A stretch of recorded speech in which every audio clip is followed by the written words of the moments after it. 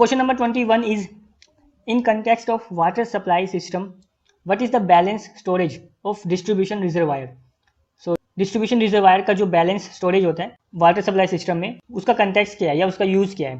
So we have 4 options. हम एक बार ये देख लेते हैं कि डिस्ट्रीब्यूशन रिजर्वायर में बैलेंस स्टोरेज होता क्या है और क्यों होता है वाटर सप्लाई सिस्टम में।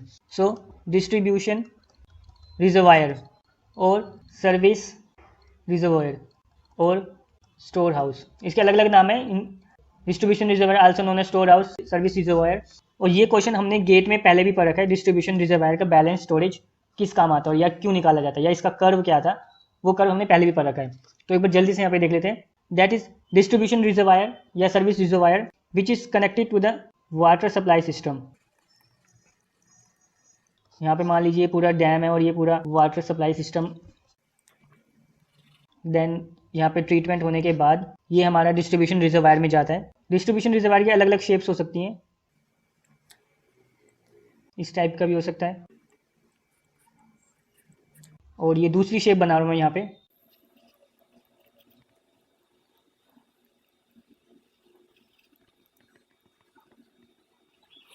देन इस 2 टाइप्स के शेप्स होते हैं, अलग अलग शेप्स भी हो सकती है। सो ये डिस्ट्रीब्यूशन रिजर्वायर जो पीछे वाटर सप्लाई सिस्टम से कनेक्ट होता है, देन उसके बाद आगे जाके ये हमारी सिटी में डिवाइड हो रहा होता है। सो उनका क्वेश्चन आया कि जो बैलेंस स्टोरेज है, ये बैलेंस हम स्टोरेज क्यों रखते हैं, डायरेक्ट सप्लाई से क्यों नहीं कनेक्ट कर देते। ये जो एक्स्ट्रा पानी हमने यहाँ पे रखा हुआ है, इसमें क्या होता है, यहाँ से पानी निकलता है, देन यहाँ से जाता है और ये पानी बैलेंस रहता है, इतना पानी में बैलेंस रखते हैं। सो ये क्यों रहता है। So distribution reservoir which is connected to the water supply system and which store the treated water.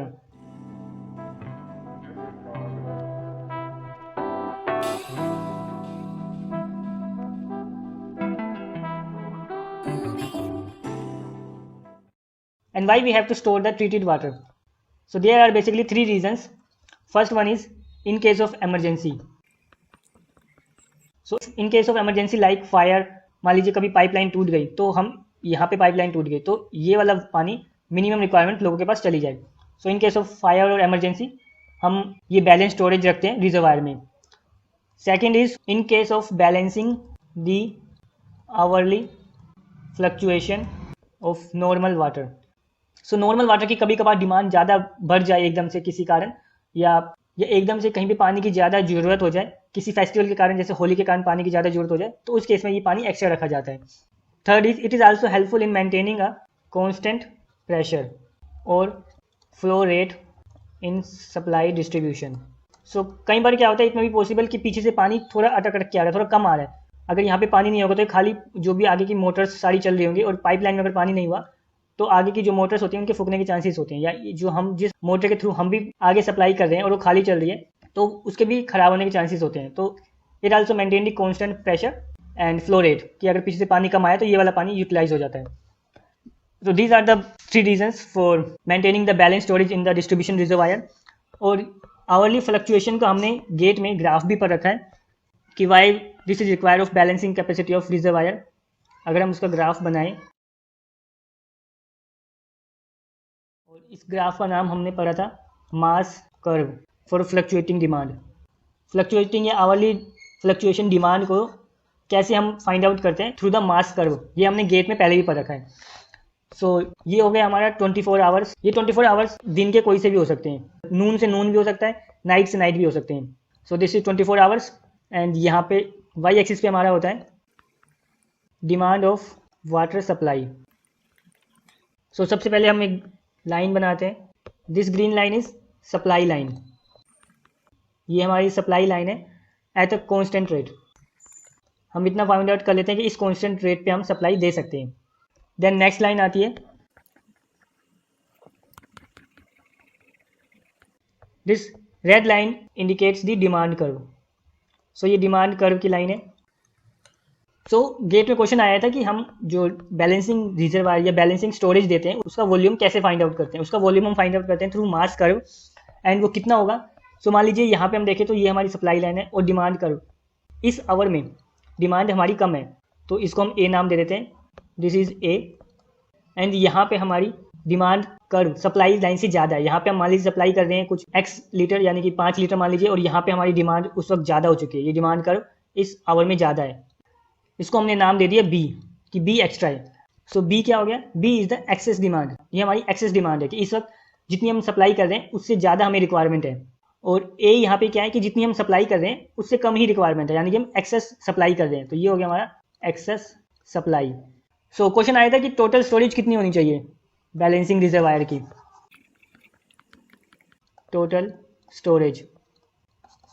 So total storage हमारी क्या ए माइनस बी होनी चाहिए या बी माइनस ए होनी चाहिए, मतलब हमें कितना पानी एक्स्ट्रा रखना होगा कि यहाँ पे मान लीजिए 10 लीटर की एक्सेस डिमांड है, तो हमें 10 यहाँ से, और हम लेकिन यहाँ पे तो फालतू दे रहे हैं, मान लीजिए यहाँ पे 5 लीटर हम फालतू दे रहे थे इस टाइम इस आवर्स में, सो 10 माइनस 5 यानी कि हम 5 लीटर एक्स्ट्रा रख सकते हैं। या फिर ए माइनस बी, ए माइनस बी तो होना नहीं चाहिए, हो सकता है यहाँ पे 10 हम एक्स्ट्रा दे रहे हो और हमारे पास उस वक्त डिमांड जो है वो 5 लीटर की फालतू है, तो 10 माइनस 5।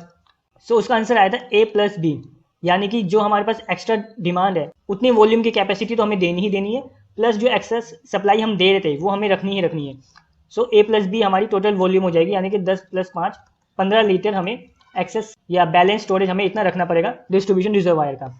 सो अब हम आते हैं क्वेश्चन की तरफ कि in the context of water supply system balance storage की जरूरत क्यों होती है डिस्ट्रीब्यूशन रिजर्वायर में। Option 1 is the quantity of water required to be stored in the reservoir for equalising fluctuation demand against constant supply. So ये हमने अभी पढ़ा था कि जो जितना भी पानी चाहिए होता है रिजर्वायर में स्टोर रखते हैं for equalising the fluctuating demand against constant water supply. Constant water supply के अगेंस्ट जितना भी फ्लक्चुएटिंग डिमांड है, कम ज़्यादा, फ्लक्चुएटिंग हमेशा ज़्यादा नहीं कम भी हो सकता है, उसको मेंटेन रखने के लिए, तो ये आंसर हो सकता है। Second is the additional volume of reservoir to store the constant supply volume even if the reservoir has balance of previous supply. Third is the minimum volume of water to be kept in reservoir to maintain the structural stability, ये भी answer नहीं है। Fourth is the minimum volume of water to be kept in reservoir to prevent the supply network from going dry. तो ऐसा भी नहीं है कि सूखा हो जाएगा तो इतना सप्लाई हम रख लेंगे। सो 21 का ऑप्शन फर्स्ट इज करेक्ट कि फ्लक्चुएटिंग डिमांड को पूरा करने के लिए हमें ये बैलेंस स्टोरेज रखना होता है डिस्ट्रीब्यूशन रिजर्वायर में। तो first option is correct. Next question पे चलते हैं, question number 22।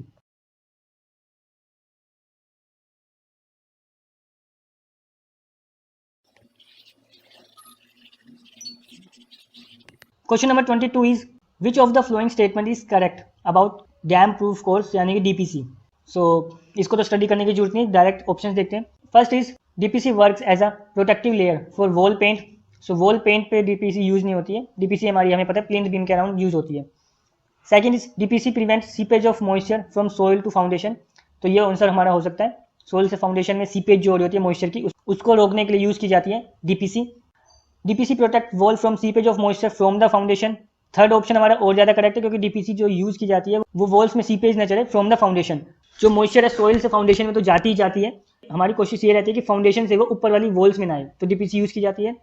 Fourth is DPC protect walls from seepage of moisture from the roof. तो रूफ से मॉइस्चर के लिए डीपीसी यूज नहीं की जाती है कि रूफ से मॉइस्चर्स नीचे आ जाए, उसके लिए डीपीसी यूज नहीं की जाती। डीपीसी यूज की जाती है कि जो हमारी वॉल्स हैं, ये डीपीसी की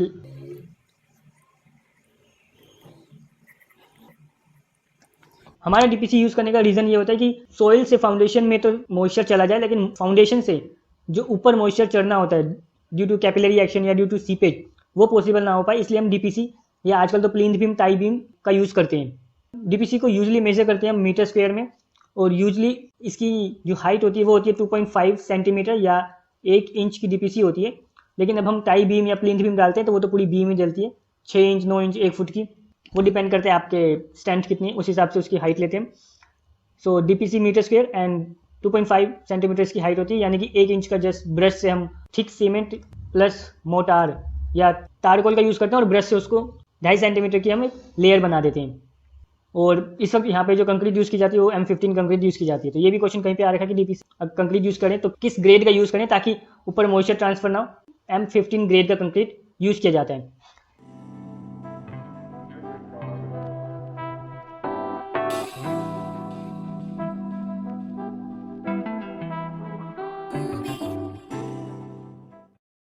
सो क्वेश्चन नंबर 22 का थर्ड ऑप्शन इज करेक्ट कि डीपीसी का यूज वॉल्स में सीपेज ना चले फ्रॉम द फाउंडेशन, सोइल से फाउंडेशन में तो सीपेज चली जाती है।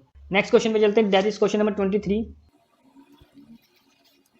सो question number 23 is temple architecture in this state is significantly different from the rest of the south Indian Dravidian temples. So जितने भी साउथ इंडियन द्राविडियन टेम्पल्स हैं उससे डिफर करता है किस स्टेट का temple architecture. And we have options which is the state Tamil Nadu, Karnataka, Kerala and Andhra Pradesh. तो इन चारों स्टेट में से किसका टेम्पल आर्किटेक्चर डिफर करता है south Indian Dravidian temple architecture से। सो एक बार हम इंडिया का मैप बना लेते हैं, इनको लोकेट कर लेते हैं कि ये स्टेट कहाँ कहाँ आते हैं।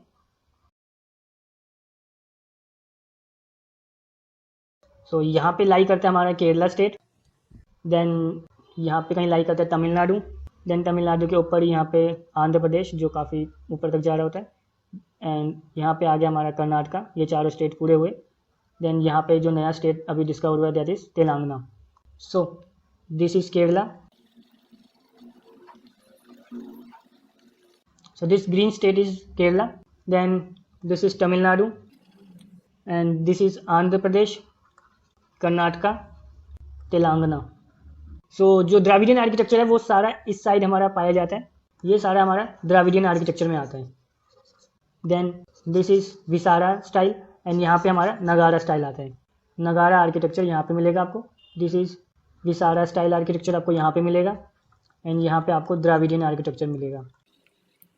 सो उन्होंने पूछा इन चारों में से कौन सा स्टेट है जो द्राविडियन आर्किटेक्चर को फॉलो नहीं करता है। तमिलनाडु यहाँ पे आपको मिलता है, Karnataka, Kerala and Andhra Pradesh. So question number 23 का ऑप्शन 3 इज करेक्ट कि केरला वो स्टेट है जहाँ पे द्राविडियन आर्किटेक्चर टेम्पल फॉलो नहीं होता। या केरला स्टेट का टेम्पल आर्किटेक्चर डिफर करता है साउथ इंडियन के द्राविडियन टेम्पल आर्किटेक्चर से। और वो क्यों डिफर करता है उसके पीछे 3 बेसिक रीजन्स हैं। First is climate, then second is religious belief या रिलीजियस फिलोसफीज कह सकते हैं, and third is vernacular architecture, means वहाँ का जो लोकल मटेरियल है उसकी वजह से डिफर करता है हमारा द्राविडियन आर्किटेक्चर से।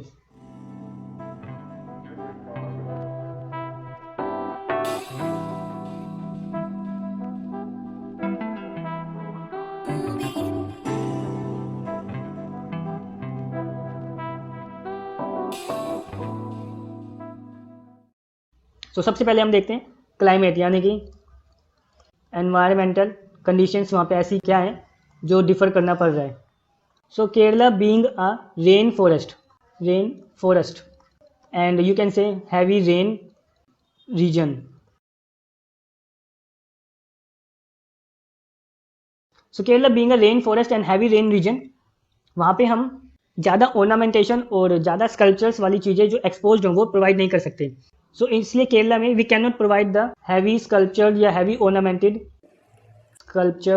ऑर्नामेंटेड गोपुरम्स या विमानास। हम हैवी स्कल्पचर्स या हैवी ऑर्नामेंटेड कुछ भी वहाँ पे जो एक्सपोज्ड हो वो प्रोवाइड नहीं कर सकते, क्योंकि यहाँ पे केरला में बारिश बहुत ज़्यादा होती है और बारिश की वजह से ये गोपुरम्स या विमानास जो ज़्यादा स्कल्पचर्स या ऑर्नामेंटेड होती हैं उन पे बारिश का पानी रुक जाता है और वहाँ पे एल्गे बन जाती है, तो उनके फसाद में एल्गे दिखने लग जाती है।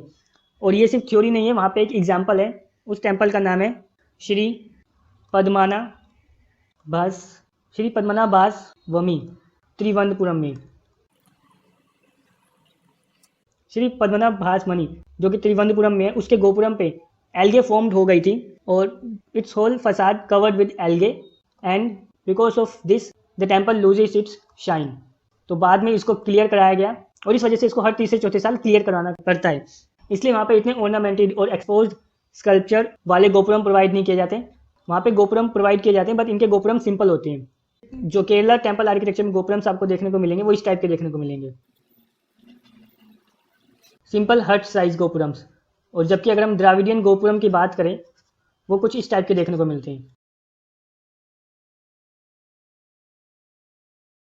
और इस टाइप के द्राविडियन गोपुरम देखने को मिलते हैं और यहाँ पे सारा स्कल्पचर्स या ऑर्नामेंटेशन हो रखी होती है, यहाँ पे सारी मूर्तियाँ बनी होती हैं। सो इस टेम्पल के गोपुरम में सेम यही चीज़ थी एंड वहाँ पे सारी एल्गे फॉर्मेशन हो जाती थी। आप पिक में रिलेट कर लेना। तो इसलिए वहाँ पे इस टाइप के गोपुरम प्रोवाइड नहीं किए जाते, सिंपल गोपुरम्स प्रोवाइड किए जाते हैं। सो एक तो हो गया climatic condition.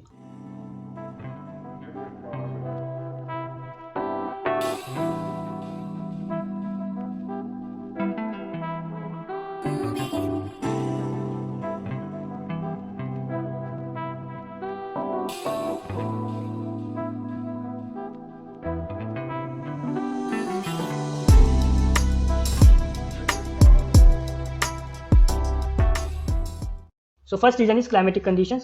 Second reason is religious belief या religious philosophy. According to Kerala religious philosophy, the purpose of temple is only performing tantric rituals. उनका मेन पर्पस था टेम्पल प्रोवाइड करने का only for tantric rituals, not like north Indian या south Indian. Like in our temples we provide specifically place for where we can sit and do the bhajans and sing songs, नाचना गाना ये सब कुछ होता है। ये उनके रिलीजियस बिलीफ में नहीं है। उनका मेन पर्पस टेम्पल प्रोवाइड करने का तंत्रिक रिचुअल्स को पूरा किया जा सके उसके लिए है। And according to them also temple is a resting place for deity या of deity. So temple resting place है डाइटी के लिए, नॉट फॉर अवर सेल्फ।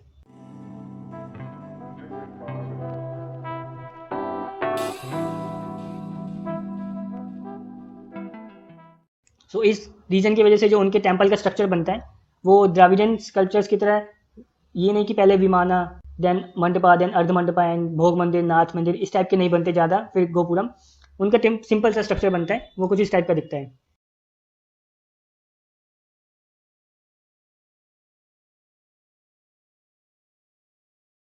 सो ये इस टाइप का टेम्पल आर्किटेक्चर वहाँ पे देखने को मिलता है। बाहर वाले एरिया को कहते हैं चुट्टू बलम and this area is use for pradakshina part outer courtyard. Then inner courtyard को कहते हैं नलम बलम। स्पेलिंग या प्रोनाउंसिएशन में कोई इशू हो सकता है तो मतलब उसके लिए सॉरी, एंड आपको सिर्फ इसका नाम याद रखना है, इनर कोर्टयार्ड। एंड जो मेन सेंक्टम सेंक्टोरम या गर्भगृह है जो कोनिकल शेप में हमें इस टाइप का दिख रहा है, इसको कहते हैं श्री कोविल, गर्भगृह या सेंक्टम सेंक्टोरम। सो यहाँ पे आप देख सकते हैं जो इनका गर्भगृह है वो बिल्कुल कोनिकल शेप में है।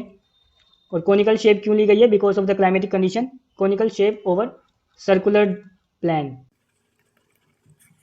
और हमारे द्राविडियन आर्किटेक्चर में जो टेम्पल बनते हैं वो ऑफकोर्स आपका पिरामिडिकल शेप के होते हैं, एलिवेशन में पिरामिडिकल टाइप के दिखते हैं। और यहाँ पे कोनिकल शेप है। और कोनिकल शेप क्यों लिए गए? ताकि बारिश का पानी ईजिली फ्लो आउट हो सके।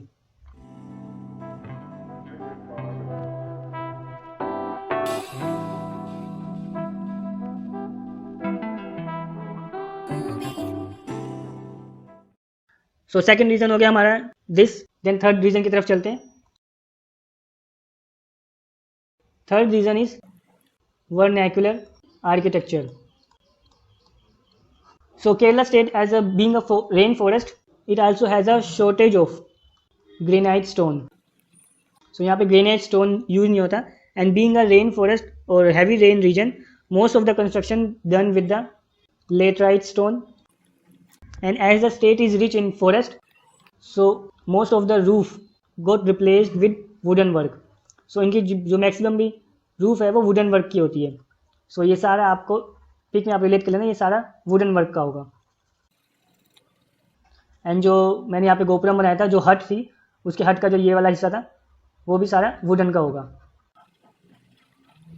सो लकड़ी का काम ज़्यादा होता है यहाँ पे।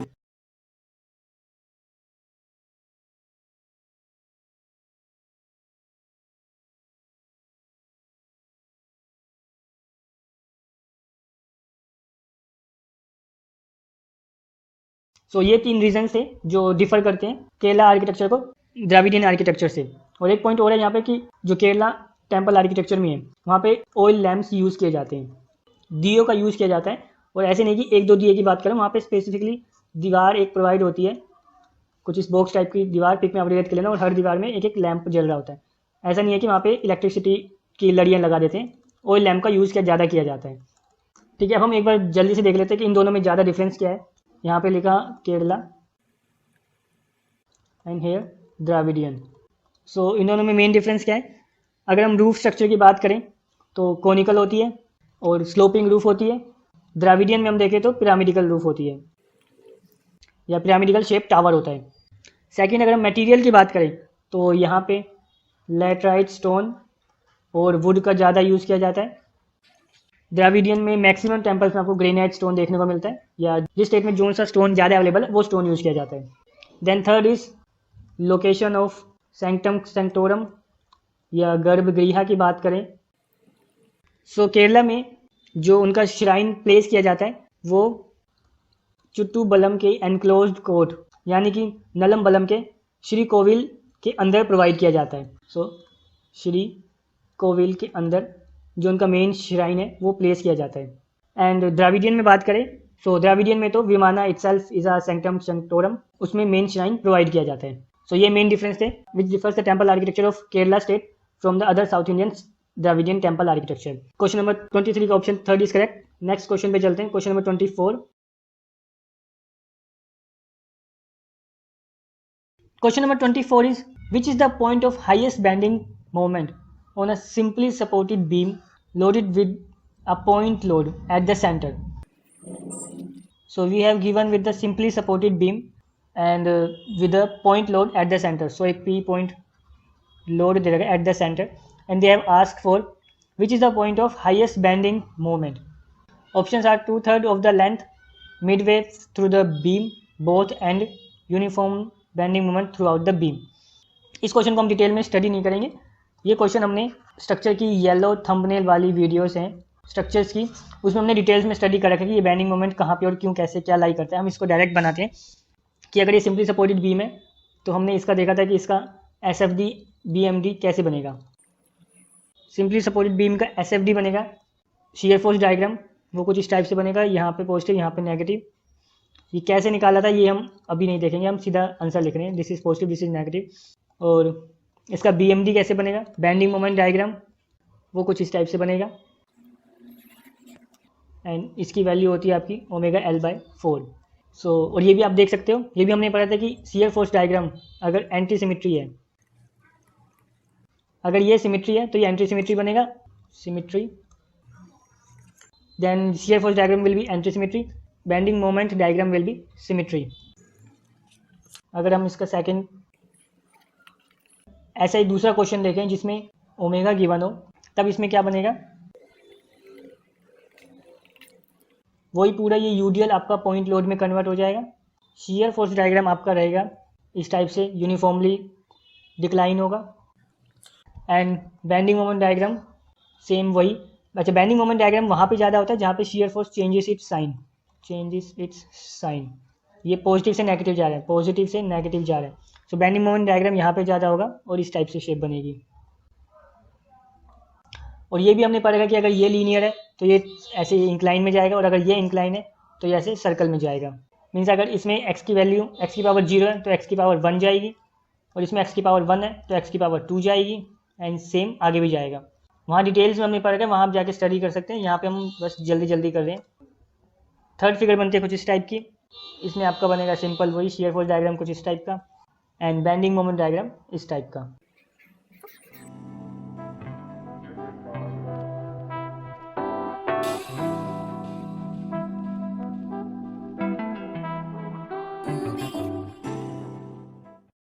और इसमें अगर हम पॉइंट्स नोट करें वो है कि सेम वही, if the structure is symmetry, इसमें भी आप देख सकते हो if the structure is symmetry, so shear force diagram is anti symmetry, symmetry तो है लेकिन एंटी सिमिट्री है, and bending moment diagram is symmetry. ये इसका अगर हम बीच में साफ करें तो ये भी सिमिट्री, तो bending moment diagram is symmetry. So एक पॉइंट हमारा ये हो जाता है, if structure is symmetry then SFD will be anti symmetry and BMD will be symmetry, and point where shear force is 0 या चेंजेस इट्स साइन, ये 0 है यहाँ पे वैल्यू, चेंजेस इट्स साइन, तो at that point bending moment diagram is at the highest. ये important है, इस SF if 0 या changes its sign bending moment is maximum. Then second is if bending moment is 0 या changing it's science, मान लीजिए आगे कुछ ऐसे ऐसे कुछ भी लगा होता है, एक दो पॉइंट लोड और लगे होते हैं और बेंडिंग मोमेंट हमारा कुछ इस टाइप से जा रहा होता, तो जहाँ पे बेंडिंग मोमेंट 0 होगा या changes its sign, that point is known as point of contraflexure. So ऐसे बहुत सारे पॉइंट्स हैं, आप ये येलो थंबनेल वाली वीडियो में जाके पढ़ सकते हैं। अब क्वेश्चन की तरफ आते हैं, question number 24। So what is the point of highest bending moment, highest bending moment आपका midway through the beam, so option second is correct, both and नहीं, यूनिफॉर्मली भी नहीं है, midway through the beam. Next is 25th।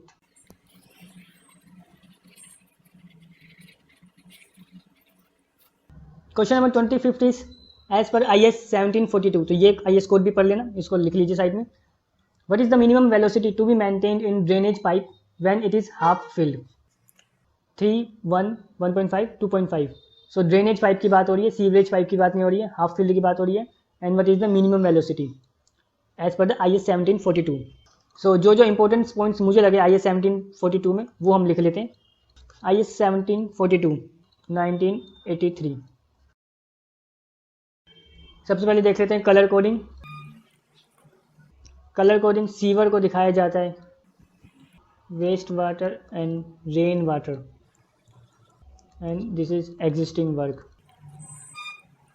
So sewer को दिखाया जाता है red colour से, रेन वाटर या वेस्ट वाटर को दिखाया जाता है ब्लू कलर से, एंड एग्जिस्टिंग वर्क को दिखाया जाता है ब्लैक कलर से। देन इसमें नेक्स्ट टॉपिक आता है दैट इज ग्रेडियंट या स्लोपिंग। सो ये एक इम्पोर्टेंट पॉइंट है that sewer shall be design for discharging 3 times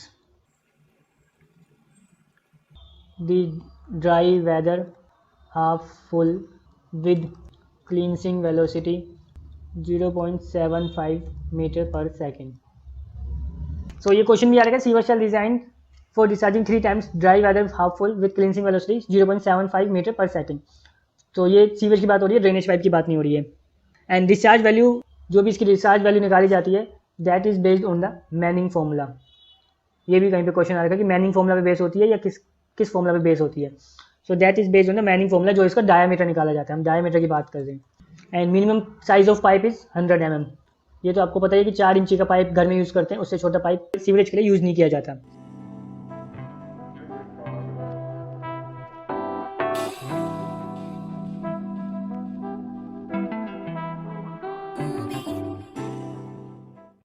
सो ये जो वेलोसिटी बताइए, ये बताइए कंबाइंड सीवेज की। कंबाइंड सीवरेज की मिनिमम वेलोसिटी बताई गई है 0.75 मीटर पर सेकेंड। अच्छा, मिनिमम वेलोसिटी या फिर क्लींसिंग वेलोसिटी क्या होती है? मिनिमम वेलोसिटी या cleansing velocity is the minimum amount of velocity required या विच प्रिवेंट्स द डिपोजिशन और settlement of solids inside sewer line. So sewer line के अंदर हमारे सॉलिड्स डिपोज ना हो जाए या सेटल ना हो जाए, तो मिनिमम वेलोसिटी हमें चाहिए होती है, जो सेल्फ क्लीजिंग के लिए ज़रूरी होती है, जिसको हम सेल्फ क्लींसिंग वेलोसिटी भी कहते हैं। सो कंबाइंड सीवेज के लिए वो 0.75 मीटर पर सेकंड चाहिए होती है। एंड सेपरेट सीवर, जो सेपरेट सीवेज सिस्टम हो, तो उसके लिए 0.6 मीटर पर सेकेंड। और पार्शली सेपरेट सीवेज सिस्टम हो तो उसके लिए अलग। एक बार ये देख लेते हैं कंबाइंड और सेपरेट में क्या डिफरेंस है। कंबाइंड, ये क्वेश्चन आ रहा है कि कंबाइंड सीवरेज में क्या क्या इंक्लूड किया जाता है। कंबाइंड सीवरेज में इंक्लूड किया जाता है आपका सीवरेज प्लस रेन वाटर, सिर्फ ये इंक्लूड किया जाता है, कोई इंडस्ट्रियल वेस्ट नहीं, कोई कुछ नहीं, सीवरेज प्लस रेन वाटर। और ये भी वहाँ यूज़ की जाती है जहाँ पे rainfall is less than moderate, तो बारिश का पानी कम ही होता है, तो इसलिए उसको भी सीवर में मिला दिया जाता है। इंस्टेड ऑफ प्रोवाइडिंग अलग drain for the rain water या स्टॉर्म वाटर के लिए पूरी अलग ड्रेन प्रोवाइड करें हम सिटी लेवल पे, हम उसको पूरे को सीवर में ही मिला देते हैं, क्योंकि बारिश इतनी ज़्यादा हो नहीं रही है। So that is combined and separate में सेपरेट हो गया। और ये थी इनकी मिनिमम क्लींसिंग वेलोसिटी। अब आते हैं next topic, that is cast iron pipes. Cast iron pipes वाले टॉपिक में एक पॉइंट इंपॉर्टेंट लगा था कि why we can't use cast iron pipe. एक तो ये गोट कोरोजन इसका रीज़न है, इसलिए इसको कास्ट आयरन को और रोड आयरन को हम वाटर सप्लाई में भी यूज़ नहीं करते, ठीक है, सीवरेज में भी यूज़ नहीं करते। और ये कहाँ पे यूज़ नहीं किया जाता? मैक्सिमम ये वहाँ पे यूज़ नहीं किया जाता जहाँ पे सब soil contains concentration of sulphates. तो जहाँ पे सल्फेट्स के कंसनट्रेशन होती है जिस सॉइल में, वहाँ पे कास्ट आयरन के पाइप्स को सीवरेज में यूज़ नहीं किया जाता। Then anti siphonage pipe. Anti siphonage pipe shall be covered with the top of anti siphonage pipe shall be covered with copper और heavily galvanised iron wire dome. तो कई बार ऐसे क्वेश्चन आ जाते हैं कि आयरन का होना चाहिए, कॉपर का होना चाहिए, तो top of anti siphonage pipe shall be covered with copper और heavily galvanised iron wire dome. Next is manholes. Minimum internal size of manholes की अगर हम बात करें, सो अगर आपकी मेन होल की डेप्थ अगर आप 1 मीटर ले रहे हो तो उसका मिनिमम साइज 0.8 से 0.8 यानी कि 800 बाई 800 होना चाहिए। और अगर आपकी हाइट है वो 1 से या डेप्थ है 1 से 1.5 मीटर के बीच में, तो उसका साइज़ 1.2 से 0.9, 1200 से 0.900 हो जाएगा, यानी कि 3 फुट बाई 4 फुट, जो हम WC का साइज़ लेते हैं, ऐसे भी याद रख सकते हो। और अगर 1.5 मीटर से ज़्यादा ही है उसकी डेप्थ, तो हम सर्कुलर प्रोवाइड करते हैं manholes with the dia 1.4 metre.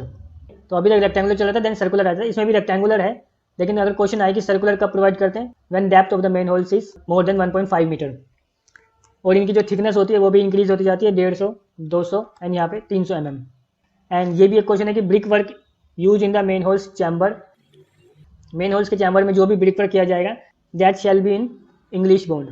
तो कोई फ्लैमिश, कोई रैट बॉन्ड, कुछ इस टाइप का नहीं, सिंपल इंग्लिश बॉन्ड में उसकी इमेजनरी होनी चाहिए।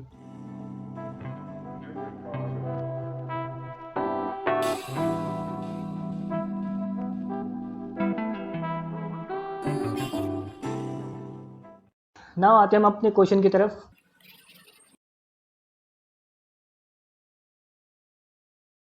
सो क्वेश्चन में आए ड्रेनेज पाइप के लिए क्वेश्चन, यानी कि RWH, रेन वाटर हार्वेस्टिंग या रेन वाटर पाइप्स या drainage pipe, storm water pipes. So design of such drain pipe should be in such that velocity या minimum velocity should not be less than, वही same 1 metre per second, उसमें था 0.75 हमने अभी पढ़ा था, और 0.6 मीटर अलग अलग, यहाँ पे हो जाता है 1 metre per second. And maximum velocity इसमें गिवन है should not be greater than 2.5 metre per second, otherwise आपके पाइप फटने के चांसेस होते हैं, क्योंकि हम इसमें कास्ट आयरन और वो तो यूज़ करेंगे नहीं, हम तो प्लास्टिक PVC यूज़ करेंगे। सो 2.5 से ज़्यादा नहीं होनी चाहिए और 1 मीटर पर सेकेंड से ज़्यादा कम नहीं होनी चाहिए।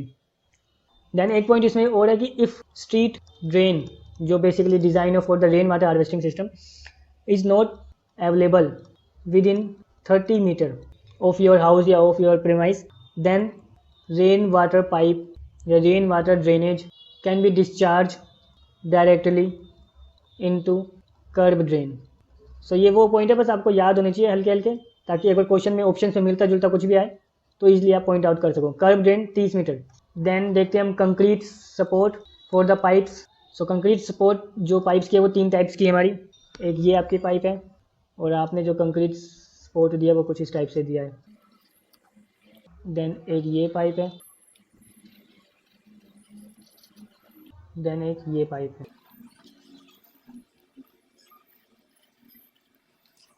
इस टाइप की फिगर को कहते हैं बेडिंग। अगर हम इस टाइप की, सॉरी BEDDING, बेडिंग, इस ये रेक्टेंगुलर सेक्शन दिख रहा है और इसके ऊपर पाइप रखी जाती है, हल्की सी डिप्रेस्ड पाइप रखी जाती है।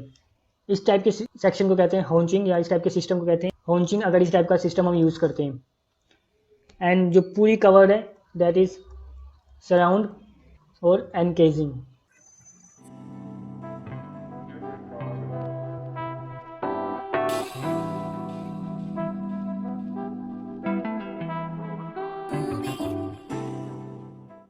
नाउ आते हैं इसमें last topic that is test. So सबसे पहले टेस्ट आता है टेस्ट फॉर स्ट्रेटनेस, कि पाइप जो आपने डाली है वो स्ट्रेट है या नहीं है। तो उसके लिए एक टेस्ट होता है smooth ball test, smooth ball test. And एक पाइप होता है candle mirror test. Smooth ball test में क्या करते हैं, आपकी जितनी भी सीवर की जो साइज़ है उससे एक छोटी बॉल लेते हैं, और उस छोटी बॉल का जो डायमीटर है, उस छोटी बॉल का diameter should not be less then 13 mm from the diameter of आपका सीवर। सीवर के डायमीटर से 13 mm बस कम होना चाहिए, और फिर हम उसको सीधा लोड करते हैं, और अगर वो सीधा सीधा निकल जाता है तो दैट इज आपकी पाइप स्ट्रेट है। कैंडल एंड मिरर में हम सेम वही करते हैं कि ये आपकी सीवरेज पाइप है, एक तरफ हमने मिरर लगा दिया एंड दूसरी तरफ हमने कैंडल जला दी। तो अगर इसकी सेम मिरर आपके यहाँ पे दिख रही है तो आपकी पाइप स्ट्रेट है। ये दोनों टेस्ट है to check the straightness of the pipe. Then test आते हैं सील के लिए कि वाटर सील है भी या नहीं है। उसके लिए अगर कास्ट आयरन है तो उसमें वाटर टेस्ट नहीं किया जाता है। एक होता है हमारा स्मोक टेस्ट। बस आपको इनके नाम याद होने चाहिए कि स्मोक टेस्ट यूज़ किया जाता है, वाटर टेस्ट किसके लिए यूज़ नहीं किया जाता है, इनकी डिटेल्स में जाने की ज़्यादा जरूरत नहीं है। सो सॉइल वेस्ट पाइप के लिए स्मोक टेस्ट यूज़ किया जाता है। इसमें क्या होता है, इसमें स्मोक प्रोड्यूस किया जाता है बाय बर्निंग ऑयली वेस्ट और तार पेपर। सो इससे स्मोक प्रोड्यूस किया जाता है, और जहाँ जहाँ से स्मोक लीक हो जाएगा मतलब वहाँ पे आपकी लीकेज है। सो ये 15 मिनट तक टेस्ट किया जाता है 25 mm वाटर के लिए। तो ये दोनों लाइन भी आप बस याद रखने की जरूरत नहीं, आपको याद हो गई। 15 मिनट के लिए टेस्ट किया जाता है 25 mm वाटर के लिए।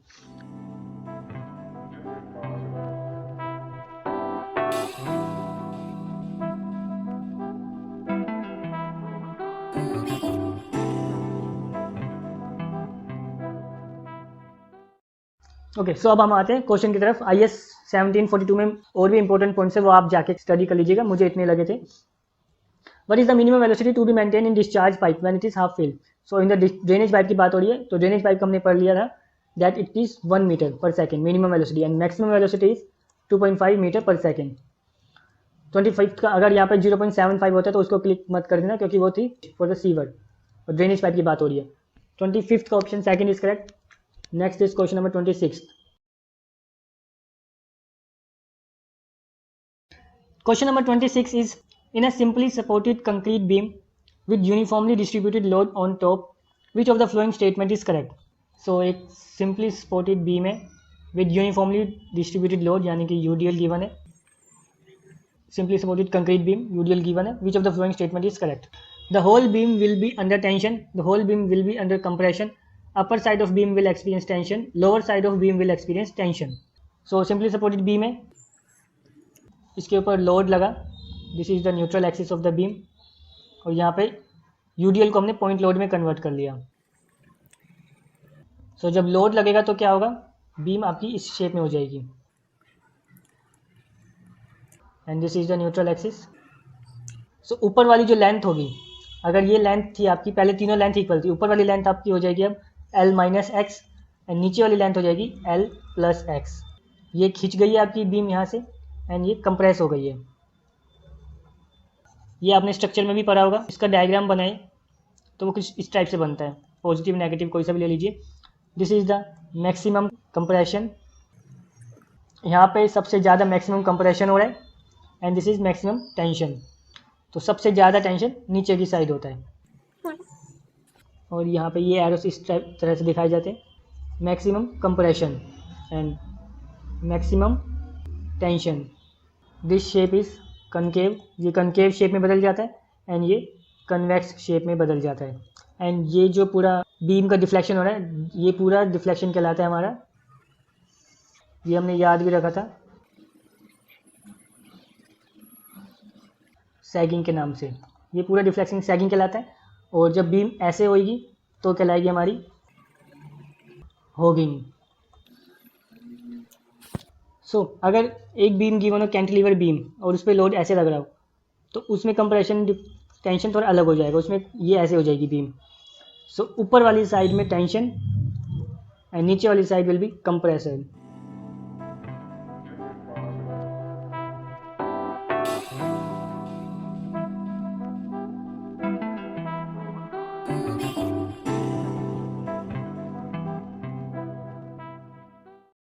सो हम आते हैं क्वेश्चन की तरफ कि कौन सी साइड कंप्रेशन में रहेगी। होल बीम टेंशन में नहीं है, होल बीम कंप्रेशन में भी नहीं है। Upper side will experience tension, upper side experience tension नहीं, अब नीचे वाली साइड टेंशन में है। And lower side will experience tension, हाँ तो बिल्कुल 26 का फोर्थ ऑप्शन इज करेक्ट कि lower side will experience tension, ये साइड टेंशन लेगी। सो क्वेश्चन नंबर 27 की तरफ चलते हैं। Question number 27 is Saint Paul Cathedral Kolkata is an example of which architecture style. So Saint Paul Cathedral Kolkata, ये हमने just अभी अभी पढ़ा था DDA प्लानिंग असिस्टेंट 2022 के क्वेश्चन पेपर में, क्वेश्चन नंबर 71 में। वहाँ पे ये नया पढ़ा था हमने क्योंकि फर्स्ट टाइम आया था, और second time Saint Paul Cathedral Kolkata हम यहाँ पे पढ़ रहे हैं।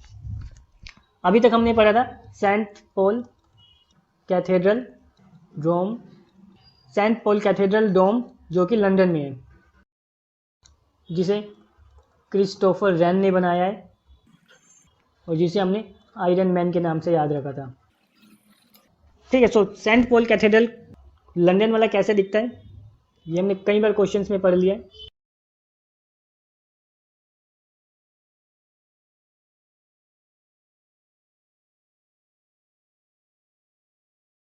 सो सेंट पॉल कैथेड्रल लंदन जो इस टाइप से दिखता है, और जो कि हमारा है बारोक आर्किटेक्चर स्टाइल में। और सेंट पॉल कोलकाता जो हमने अभी पढ़ा था DDA प्लानिंग असिस्टेंट में, वो कुछ इस टाइप का दिखता है।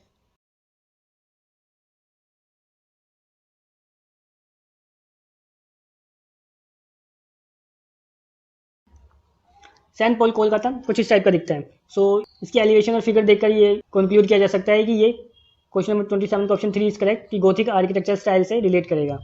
एंड जो ये पॉल सर के नाम पे, सेंट पॉल सर के नाम पे जो चर्चेस बनाए जाते हैं, बेसिकली ये पोल वो थे who spread the teachings of Jesus in first century. तो ये उन सर की बात की जा रही है, उन सेंट पोल सर की बात की जा रही है।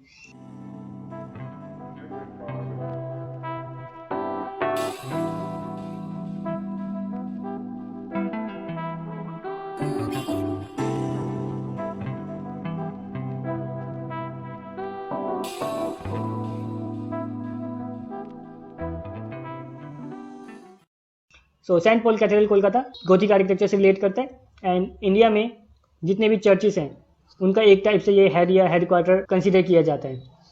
27 का option 3 is correct. Next question में चलते हैं, question number 28। Question number 28 is what is the ideal height for a computer table according to anthropometric standards. So they have asked for the ideal height of computer table according to anthropometric standards, and options we have 804, 642, 724 and 863.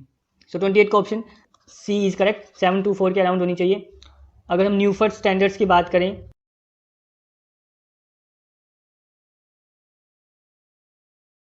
So according to Neufert standards work table या office table की dimensions देखें। So according to Neufert table की height उन्होंने given करेंगे 0.750 to 0.800 और chair की height दी है उन्होंने 0.45 टू 0.480, यानी कि 1.5 फुट से थोड़ा सा ऊपर, 1.5 फुट से थोड़ा सा ऊपर। और ये हो गया वर्क टेबल की बात। अगर हम डाइनिंग टेबल की बात करें सो डाइनिंग टेबल की उन्होंने हाइट दी है 750 यानी कि 750, 2.5 फुट। एंड ये दिए उन्होंने 400 से 450, ये थोड़ी छोटी होती है ऑफिस टेबल से, यानी कि ये सोफ़ा या जो चेयर होती है वो थोड़ी हाइट में कम होती है। ये है डाइनिंग टेबल की। अगर हम किसी और पब्लिकेशंस के एंथ्रोपोमेट्रिक स्टैंडर्ड्स पढ़ेंगे तो इनसे मिलती जुलती होती है। जैसे यहाँ पे 450 से 480 दे रखी है, कई जगह से 450 दे रखी होती है। यहाँ पे 400 से 450 दे रखी है, कई जगह 380 भी दे रखी होती है। ये 750 दे रखी है, कहीं पे 700 भी गिवन है। तो अलग अलग पब्लिकेशंस के अलग अलग स्टैंडर्ड्स हैं। बट इसका आंसर 28 का 724 के राउंड जाएगा, क्योंकि 800 ज़्यादा हो जाएगा, 642 काफ़ी कम हो जाएगा और 860 तो और ज़्यादा हो जाएगा। सो 724 करेक्ट आंसर जा रहा है। देन न्यूफर्ट्स में अगर हम स्लीपिंग टेबल की बात करें या लाइंग की बात करें सो लाइंग के लिए उन्होंने डायमेंशंस दिए हैं 2000 तो बेड की लेंथ, देन 300 फ्लोर से आपका मैक्सिमम चेस्ट या हेड जो जाएगा वहाँ तक। ह्यूमन की हाइट उन्होंने दी है 1875। न्यूफर्ट्स में एक दो स्टैंडर्ड्स और देख लेते हैं। अगर बंदा नॉर्मल ह्यूमन का साइड व्यू देखें, प्लान में देखें, ये ऐसे दिख रहा है। अगर ह्यूमन का इस तरफ से व्यू देखें यानी कि साइड व्यू, तो उसकी विड्थ होती है 375 mm। अगर फ्रंट व्यू देखें यहाँ से देन उसकी विड्थ गिवन है 625। अगर फ्रंट व्यू में वो अपने हाथ खोल ले, मतलब हाथ को स्ट्रेट करे, स्ट्रेच करे, देन है 1750 1750 यानी कि 1806 फुट के अराउंड। और इसी प्लान को अगर हम कंसीडर करें तो ये होगी हमारी 625 यहाँ से यहाँ तक, एंड ये हो गई हमारी 375 यहाँ से यहाँ तक। और एक स्टैंडर्ड और गिवन था उसमें कि अगर 2x2 मीटर के रूम में या बॉक्स में अगर हम नंबर ऑफ मैन फिट करें तो ऐसे ऐसे हमने अगर फिट करें तो यहाँ पे विड्थ ज़्यादा है, तो ऐसे आएंगे हमारे पास 4 रोज, एंड यहाँ पे विड्थ कम है 375 है, तो ऐसे आएंगे हमारे पास 6 नंबर ऑफ मैन। तो यानी कि टोटल नंबर ऑफ मैन हो गए 24। सो 2x2 यानी कि 4 मीटर स्क्वायर में 24 पर्सन आ रहे हैं। सो पर मीटर स्क्वायर पे हो गए हमारे पास 6 पर्सन। तो ये एक स्टैंडर्ड है उनका कि 1 मीटर स्क्वायर में 6 पर्सन आ सकते हैं।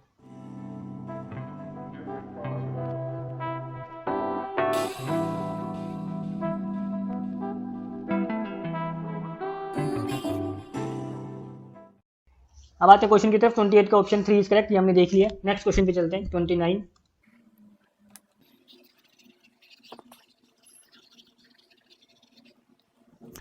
Question number 29 is what is the value of golden ratio.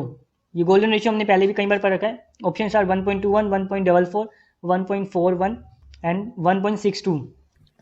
So what is golden ratio? Golden ratio, golden rectangle, golden triangle, ये तीनों आपको पता होने चाहिए।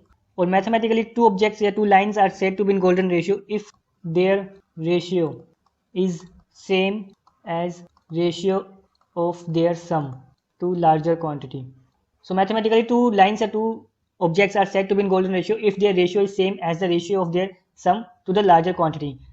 Means if A by B and given that A is greater than B is greater than 0, if their ratio is same as ratio of their sum A plus B to the larger quantity यानी कि A. और अगर हम इसको draw करें, this is A, this is B and this is A plus B. So ये line golden line कहलाएगी अगर A by B is equal to A plus B by A हो जाए, या फिर एक रेक्टेंगल गोल्डन रेक्टेंगल कहलाएगा अगर ये गिवन है हमारे पास A plus B, this is given A. सो ये होगा गोल्डन रेक्टेंगल. अगर ये गोल्डन रेक्टेंगल में से हम स्क्वायर निकाल दें यानी कि A बाई A अगर हम पूरा निकाल दें तो जो नेक्स्ट रेक्टेंगल बचेगा दिस A बाई B, ये भी गोल्डन रेक्टेंगल बचेगा. Then this rectangle is known as golden rectangle. So हम मैथमेटिकली एक बार इसकी डेरिवेशन देख लेते हैं. A by B is equal to A plus B by A, इसको हमने अल्फा के इक्वल रख लिया. देन इस वाली इक्वेशन को हमने सोल्व किया और इसको इधर लेके गए. So this will be A square is equal to A B plus B square and सबको इधर लेके आए A square minus B square minus A B is equal to 0. So alpha में कन्वर्ट करने के लिए और अल्फा हमारे पास गिवन है is equal to A by B, तो अल्फा में लाने के लिए हमें A बाई बी के फॉर्म में कन्वर्ट करना होगा. तो इसको मैं डिवाइड करता हूँ, या तो A स्क्वायर से डिवाइड कर लीजिए या B स्क्वायर से. सो B स्क्वायर से डिवाइड कर देता हूँ मैं. सो ये बन जाएगा A square upon B square minus B square by B square 1 and minus. So B square से डिवाइड करेंगे तो B से B गया, that will be A by B यानी कि 0 और इसके आगे equal to 0. So A square upon B square यानी कि alpha square minus 1 minus alpha is equal to 0. ये alpha square minus alpha minus 1 is equal to 0 और ये बन गई हमारी equation a x square plus b x plus c quadratic equation. और इसमें एक्स की वैल्यू कैसे फाइंड आउट करते हैं, एक्स इज इक्वल टू या alpha beta is equal to minus B plus minus B square minus 4ac upon 2a. So minus B is minus 1 तो minus का 1 plus 1 बन जाएगा, plus minus B square is minus 1, so minus 1 को हम square करेंगे तो 1 minus 4ac, 4a क्या हमारा plus 1, c is minus 1 so minus 1 upon में 2a यानी कि 2 1 सीधा 2 ही आ गया. सो 1 प्लस माइनस माइनस से माइनस प्लस हो जाएगा, ये हो जाएगा 4 प्लस 1 5 अपॉन में 2. सो अंडर रूट 5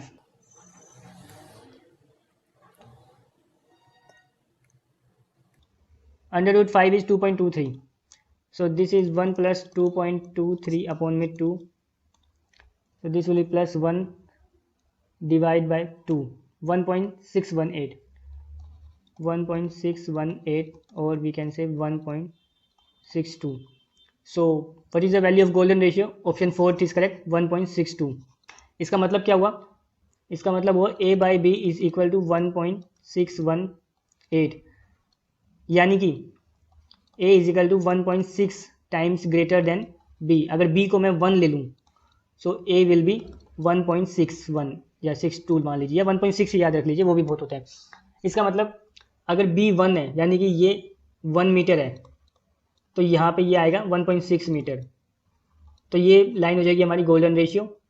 और अगर यहाँ पे देखें B अगर हम 1 ले रहे हैं यानी कि 1 मीटर का और ये ले रहे हैं हम 1.6 मीटर का और ये हो जाएगा हमारा 2.6 मीटर का. सो 2.6 बाय 1.6 का जो रेक्टेंगल बनेगा that is in golden ratio. कैसे? अगर हम इसको डिवाइड करें 2.6 divide by 1.6 it's again coming 1.62. ये तो हमने 1.618 नहीं लिया, अदरवाइज यहाँ भी 1.618 आता. सो 2.6 को डिवाइड करते हैं 1.61 से, देन अगेन कमिंग 1.61 उनका ratio. So this is a golden rectangle. अगर जो बचता है रेक्टेंगल बचा कौन सा, जिसकी साइड है एक 1.6 एंड एक साइड है 1. सो अगर हम इनका भी रेशियो देखें, इनका रेशियो तो खुद ही दिख रहा है 1.6 डिवाइड बाय 1 दैट इज 1.6. सो ये हमारा गोल्डन रेक्टेंगल बचा. So this is golden rectangle की उसमें से एक स्क्वायर निकालने के बाद भी जो रेक्टेंगल बचता है वो भी गोल्डन रेक्टेंगल बचता है. अगर इस गोल्डन रेक्टेंगल में से भी हम 1 मीटर बाय 1 मीटर का स्क्वायर निकाल देंगे, ये अगर हमने स्क्वायर निकाल दिया 1 मीटर बाय 1 मीटर का, तो जो हमारे पास रेक्टेंगल बचेगा वो भी गोल्डन रेक्टेंगल ही बचेगा. देन ऐसे कंटिन्यू करते करते या इसको बड़ा करते जाइए या छोटा करते जाइए, हमेशा गोल्डन रेक्टेंगल निकलेगा. सो गोल्डन रेशियो हो गया, गोल्डन रेक्टेंगल हो गया. Then what is golden triangle? Golden triangle is, अगर ये एक आपका एक ट्राइंगल है आइसोलिस ट्राइंगल, और ये यहाँ पे एंगल्स गिवन है, this is 36, 72, 72 degree. Golden rectangle हम किसी रेक्टेंगल को तब कहेंगे when the angle bisector of the base angle, base angle ये है हमारे 72, 72, 72, 72, एंगल बाइसेक्टर मतलब एंगल तो बाइसेक्ट हो रहा है आपका, यानी कि ये 36, ये 36। When the angle bisector divides the opposite side in the golden ratio, ये जो साइड्स डिवाइड होगी ये ए बी, ये गोल्डन रेशियो में डिवाइड होगी, यानी कि सेम जो यहाँ पे हो रहा है ना ए प्लस बी, इस फॉर्म में डिवाइड होगी कि A B A plus B, इस फॉर्म में डिवाइड होगी या गोल्डन रेशियो में डिवाइड होगी। देन जो स्मॉलर ट्राइंगल बचेगा, जैसे ये बी साइड आपकी छोटी बचेगी, तो जो छोटी साइड बचेगी उसके अलोंग जो ट्राइंगल बनेगा वो आपका गोल्डन ट्राइंगल बनेगा। अगेन ये गोल्डन ट्राइंगल था ही, अगेन जो ट्राइंगल बचेगा that is again golden triangle, मतलब कि ये 36, ये 72, और जो ये बचेगा एंगल वो भी 72 बचेगा, ये आपका हो जाएगा 108, दिस इज 36। जैसे हम इसमें से कर रहे थे कि हर बार एक स्क्वायर निकालने के बाद जो रेक्टेंगल बचता था दैट इज गोल्डन रेक्टेंगल, इसमें से वही होगा कि अगर एंगल बाइसेक्टर को हम सामने वाली लाइन पे मारेंगे और वो जो लाइन है वो गोल्डन रेशियो में डिवाइड होगी, तो जो नेक्स्ट ट्राइंगल बचेगा वो भी गोल्डन रेक्टेंगल बचेगा, गोल्डन ट्राइंगल बचेगा। गोल्डन ट्राइंगल का मतलब है कि जो इनके एंगल का रेशियो है वो 1:2:2 रहेगा।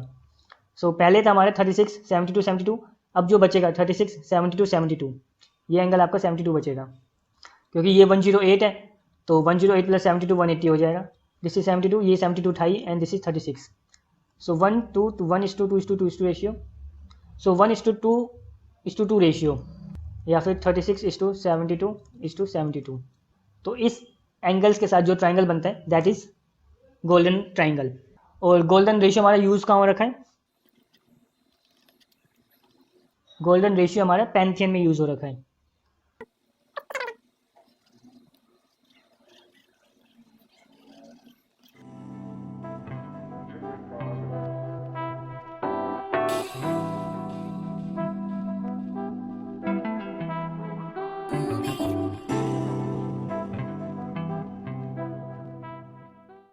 सो 29 का ऑप्शन 1.62 या 1.618 is correct.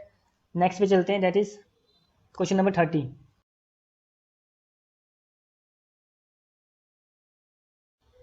Question number 30 is identify the incorrect statement from the flowing. Lips is the scripting language for AutoCAD, AutoCAD is a raster based tool, तो ये तो पहले गलत हो जाता है। अच्छा, इनकरेक्ट हमें बताना है, सो सेकंड ऑप्शन हमारा हो सकता है it is possible to customize all command shortcuts in AutoCAD, VGA stands for vector graphics array. So first is Lisp is the scripting language of for AutoCAD. So auto Lisp या जो Lisp है, Lisp stands for list programming. So auto Lisp basically it's a programming language built specifically for AutoCAD. सो इसको हम ज़्यादा detail में नहीं पढ़ेंगे, what is Lisp या C++, जावा वावा। So Lisp is the scripting language for AutoCAD, तो first option is correct.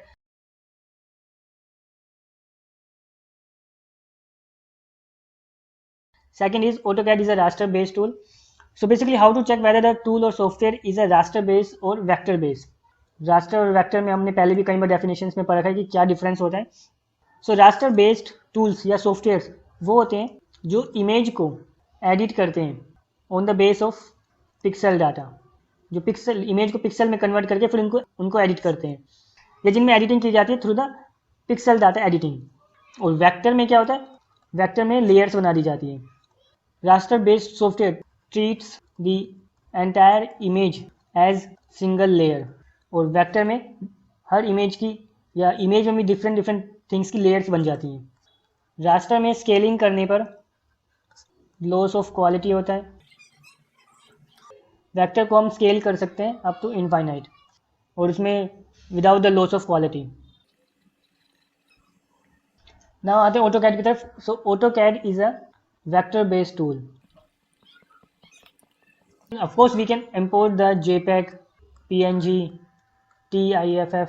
अच्छा, जो रास्टर बेस्ड टूल्स या सॉफ्टवेयर होते हैं वो जो किसी भी आउटपुट को सेव करते हैं वो यूजुअली JPEG, TIFF, PNG इनमें सेव करते हैं, और वेक्टर बेस्ड जो होते हैं वो SVG या अपने जो इनके वर्जन होते हैं उनमें सेव करते हैं। सो ऑटोकैड इन सबको इंपोर्ट कर सकता है और ऑटोकैड में हम इन जेपेक्स को, इन टीआईएफ को रोटेट कर सकते हैं, स्केल कर सकते हैं। स्केल करने पर ऑफकोर्स फट जाएगा, वो रोटेट कर सकते हैं, बट एडिट नहीं कर सकते हम उनमें। उनका हम कॉन्ट्रास्ट, ब्राइटनेस, ये सब कुछ एडिट कर सकते हैं, बट इमेज को एडिट नहीं कर सकते। For this we will require Photoshop. Photoshop में जाकर हम उसको एडिट कर पाएंगे। And Photoshop is a vector based software, but ये रास्टर बेस्ड भी है। ये रास्टर इमेजेस को भी एडिट कर सकता है। जो इलस्ट्रेटर है वो टोटली हमारा वेक्टर बेस्ड टूल है। सो क्वेश्चन नंबर 30 का ऑप्शन सेकंड इज करेक्ट कि AutoCAD is a raster based tool is an incorrect option. Third is it is possible to customize all command shortcuts in AutoCAD। So AutoCAD में अगर आप command डालेंगे alias या alias edit, उसमें एक dialogue box open होगा और उसमें लिखा होगा कि कैसे कमांड्स को शॉर्टकट देना है, जैसे स्केचअप में आप करते हैं या फोटोशॉप में भी आप शॉर्टकट्स अपने अपने कमांड्स बना लेते हैं। सो AutoCAD में उसके लिए कमांड है एलियास या एलियास एडिट।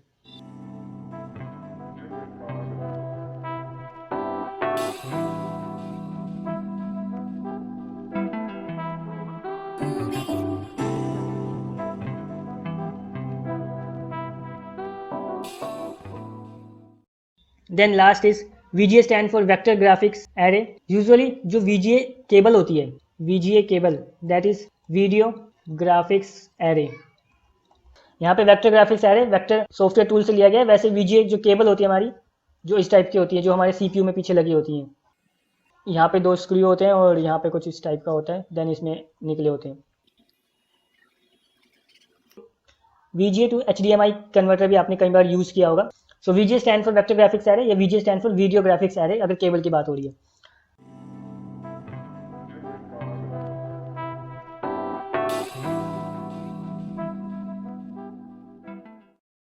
सो 30 का option second is correct. Next पे चलते हैं 31।